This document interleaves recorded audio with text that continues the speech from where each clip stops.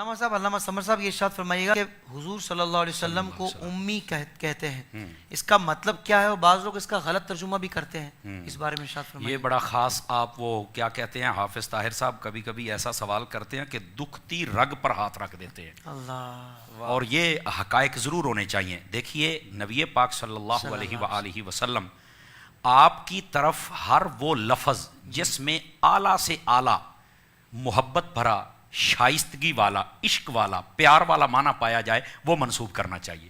کیا بات ہے! جو لفظ گندا ہے وہ تو کر ہی نہیں سکتے۔ علماء فرماتے ہیں اگر لفظ کا کوئی ایک زاویہ بھی غلط ہو تو وہ بھی استعمال نہیں کر سکتے، یہ بارگاہ ایسی ہے۔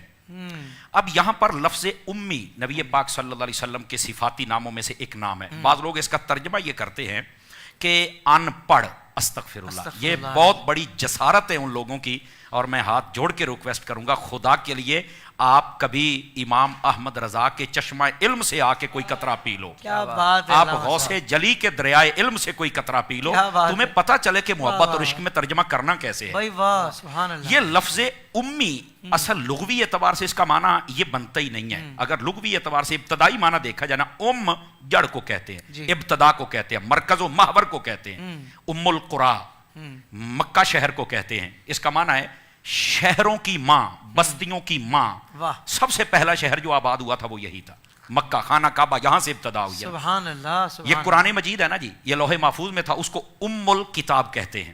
سمجھ آ رہی ہے جی؟ یہ جو ام الکتاب ہے اس کا معنی جتنے علوم ہے وہاں سے چشمے پھوٹتے ہیں۔ سمجھ آ رہی ہے نا؟ سبحان اللہ! بندہ پیدا کہاں سے ہوتا ہے؟ ماں سے امی کہتے ہیں، کیونکہ وہاں سے ہماری ابتدا ہوئی ہے۔ یہ جو امی لفظ ہے نا، اس کا اصل معنی ابتدا، سمجھ آئی؟ مرکز، محور کسی چیز کی، وہاں سے۔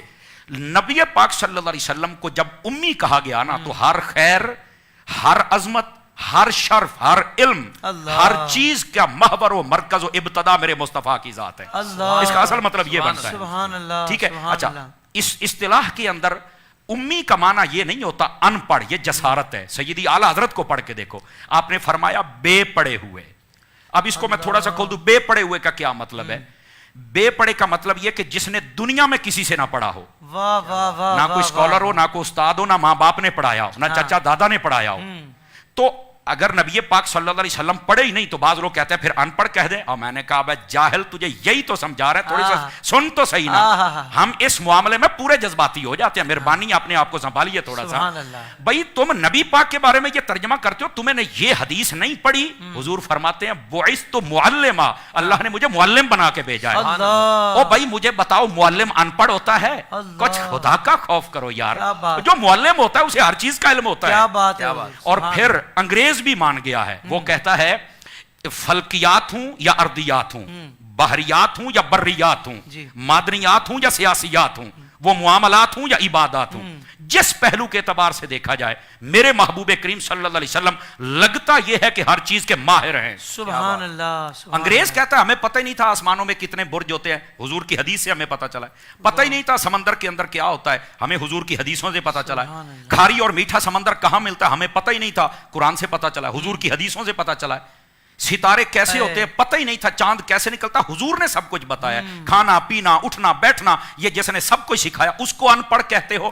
جاہل ہو، کچھ خدا کا خوف کرو۔ اور پھر وہی بات نہیں، تھوڑا سا حضور ہوڑا ہاتھ رکھو، میں کہا تیرنا کی میں ہوڑا ہاتھ رکھا، تیرے پیو نو کوئی جاہل آکھے تو تو برداشت کرے گا؟ شرم نہیں آتی یار؟ حضور کے بارے میں ان پڑھ کہہ رہے ہو، حضور کے بارے میں ان پڑھ کا لفظ استعمال کر رہے ہو، یار خدا کا خوف کرو تھوڑا سا۔ امی لفظ کا یہ معنی ہی نہیں ہے۔